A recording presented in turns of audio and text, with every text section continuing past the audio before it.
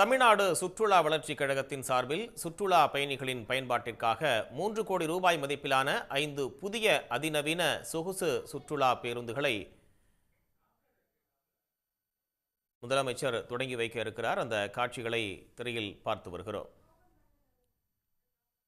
3 கோடி ரூபாய் மதிப்பில் 5 புதிய அதிநவீன சொகுசு பேருந்துகள் துவக்கி வைக்கப்பட இருக்கின்றன. முதலமைச்சர் மு.க.ஸ்டாலின் அதனை கொடியசைத்து துவக்கி வைக்க இருக்கிறார்.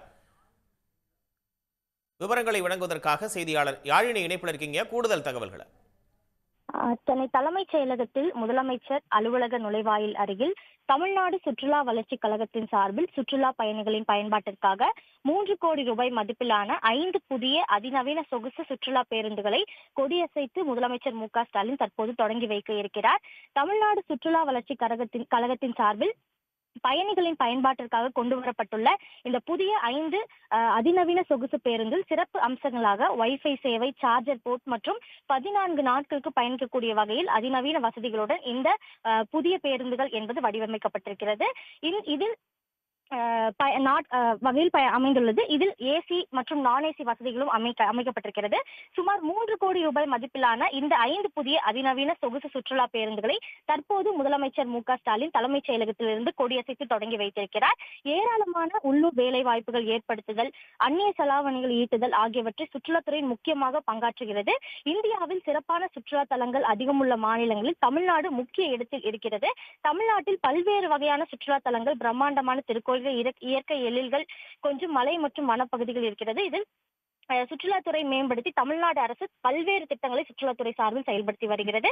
தற்போது நடைபெற்று வரக்கூடிய இந்த நிகழ்ச்சியில் சுற்றுலாத்துறை அமைச்சர் ராமச்சந்திரன் மற்றும் அரசு துறை உயர் அதிகாரிகள் பங்கேற்றுள்ளனர். சுற்றுலா பயணிகளுடைய பயன்பாட்டிற்காக 5 புதிய அதிநவீன சொகுசு பேருந்துகள் முதலமைச்சரால் தொடங்கி வைக்கப்பட்டிருக்கு. இப்போ சுற்றுலாத்துறை சார்ந்து வேறு ஏதேனும் புதிய அறிவிப்புகள், சுற்றுலாத்துறையை மேம்படுத்துவதான புதிய அறிவிப்புகள் இன்றைய தினம் முதலமைச்சரால் அறிவிக்கப்பட இருக்கா?